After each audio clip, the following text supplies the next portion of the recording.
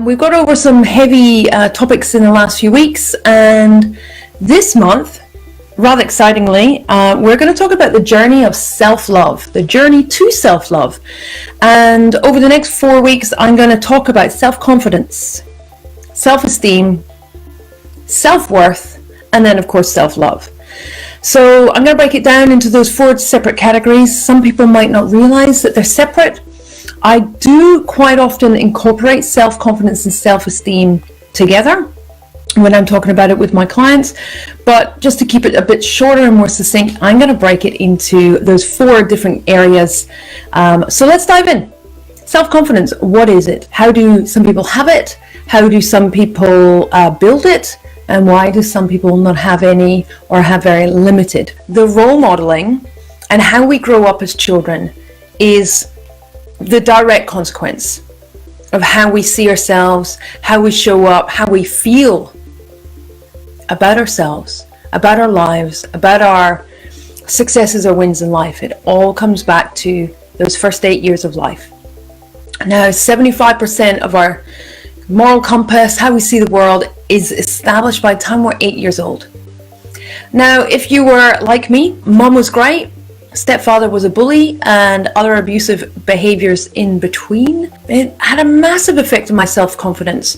I tried to commit suicide as a child, as a teenager, didn't see at all what the future could look like. I could not fathom being a grown-up. Nothing made sense to me as a child.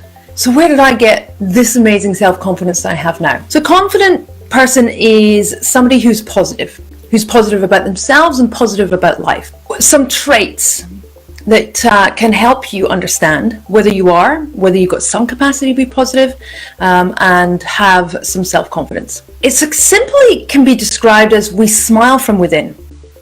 You feel happy within yourself. True positivity has the energy within us of happiness.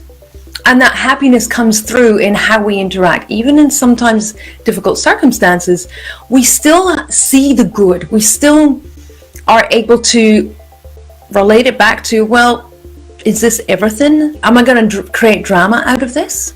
Or am I going to see the good in it? So we smile from within. And the other thing, we don't talk, or we limit the amount of crap we tell ourselves. If you were like me and told you were ugly as a child, the schoolyard bullies, any of that stuff that affected you as a child, if you tell yourself that as an adult, it's going to affect your positivity. So confident people limit that. They have less trash talk about how they communicate to themselves. One exercise I like to do and share with my clients is simply, would you say these things to somebody you cared about, a friend or family? Or if you overheard the things you're telling yourself in a cafe and 2 people were exchanging in that manner, I'm pretty sure you would be a little bit upset. We speak to ourselves far harsher than anybody else does too. So why do we allow that heavy negative stuff to go in our head? Stop it. Stop it. Stop it, stop it, stop it. That's all we have to do. None is easy to do, as we say.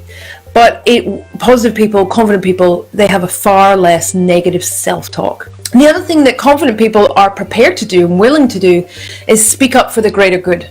Even if it makes them unpopular, even if it is something that can perhaps leave them with something less, if it's for the right cause from our perspective, we will still proceed. That's the sign of a confident individual. They believe in something and they're going to take action towards it. And likewise, we learn from our mistakes. So if it's something that perhaps didn't go quite to plan, those with less self-confidence will really beat themselves up, really self-analyze and criticize themselves and see the flaws instead of the good. We'll look for the ways that, okay, that didn't work, but on a positive note, this is what I'm going to do differently going forward, or this is what was good of the situation. Not everything is always 100% negative or terrible. So what's the positive we can take from it? The other thing confident people can do is receive a compliment. We can not see it as maybe a means to an end from the giver of that compliment. We don't assume the worst of other people. So there's many things that, again, it's that self-talk, but also that self-talk is sometimes passed on to those around us. And so that positivity, we're optimistic about the future. Confident people have goals that they're working towards and are optimistic about achieving them. The self-belief is high. We have the ability to recognize that it's small steps. We believe that even if we don't get there overnight, whatever that goal is that we're working towards, we don't let setbacks or the final result happening or not happening as quickly as we'd like as a sign that it's never going to happen. We can spot the small progress. We can see the incremental improvements. And so we have the confidence and the self-belief that things are going to turn out the way we desire. So that's some traits, if you like, of confident individuals. However, for those who might be watching this that feel they're lacking in some of those traits or want to increase some more, it's about mainly changing the perspective of how you see things. So I'm going to share 5 different tips around how you can think, see, or do things differently to help improve your self-confidence, increase your self-belief. Some of these are going to be easy to implement but difficult to keep up. It's the discipline of consistently making those course corrections. The example that's frequently used is an airplane. Even though it's on cruise control to go from A to B, it still has lots of little course corrections along the way that make sure it gets to its destination. So even on autopilot, it needs corrections. Why in life do we assume we're going to get there exactly how we think we're going to straight away? We know that's not how it works, so why do we give up so quickly? Here's some things to help with that. Firstly, look at what you have managed to achieve in life. Have gratitude for your accomplishments, for your skills, for your capabilities that you have developed so far. Confident people believe in those traits that they have nurtured or understand their natural gifts and hone them. So what can you appreciate that you have achieved in any area of your life? Focus on them. Build that area to be, I am super confident about this aspect of my life. Think of those things that you're naturally good at but maybe haven't fully developed the capability. What can you do that's going to help you build your confidence based on something you already have an inkling that you can do, but you can work on it and improve yourself or improve it, therefore being able to contribute to society, to the family home, whatever the circumstances. Associated with that is setting new goals.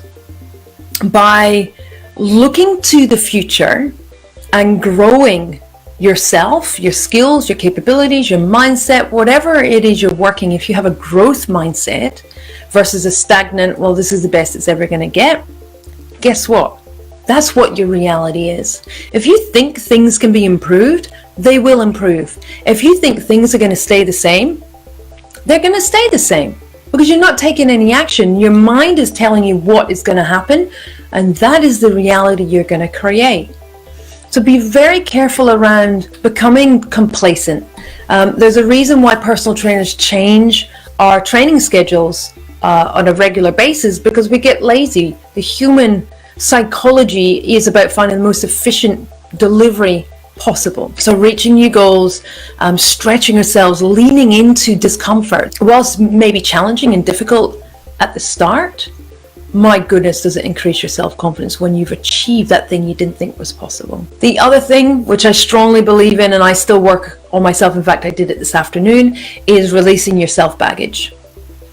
Dropping those limiting beliefs, changing those perspectives, making a decision that past, that stuff that we've been carrying around, that baggage, it's called baggage because it's a really good description of the crap that we lumber ourselves with, that we carry over with pride and look at me, I'm a survivor, look at me, I'm capable of getting through that hardship. Drop that stuff. That was a point in time, let it go. Confident people don't hold on to the past. Heal the wounds if you have to. Address the fears. Look to the future instead of reflecting on the past. Be very conscious about the identity that you attach to things, and start new things, a new hobby. One of my favorite examples that I've always wanted to do when I was back in my 30s was I wanted to learn how to dance. I wanted to be a dancer, an amateur dancer. So when I got divorced, I thought, now's the time to do it, and I started Latin dancing, and it was the best thing I ever did in my entire life, next to writing my book. The confidence it gave me, I had a lot of growing confidence building to do in that space. It took me a couple of years before I was comfortable to ask a man to dance instead of waiting for him to ask me. So there's so much you can do through learning a new hobby by applying yourself differently. Your confidence can go through the roof very quickly as you're like, oh, I thought this would be harder. Oh, I didn't think I'd ever be able to achieve this. Finding new skills to develop, it's a very, very powerful way of increasing the belief that you have a capability. That's a good pep talk for today. The thing I really want to finish on is making sure that you surround yourself with positive people. Now, we can't always control the family and the immediate surrounds, but limit the time if you feel they're not serving your approach to life in a positive manner. Drop the people, limit the time, change the environments you're putting yourself in that supports your growth mindset, that supports you being positive. Every client I've ever worked with has had to make a change in some way around the people they're hanging around with. And they always come back glad that they made those changes. So that's the last thing I want to mention, is really pay attention to those people who are feeding the information that's going into your subconscious. That's all I've got for today.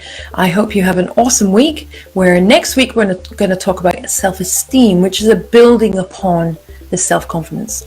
As always, if you've got any questions, reach out, send me a private message. Happy to give you some free coaching advice, up to 30 minutes, because my job is here to serve those who need me, to help those who are struggling in life. Have an awesome afternoon. Bye. See you next week.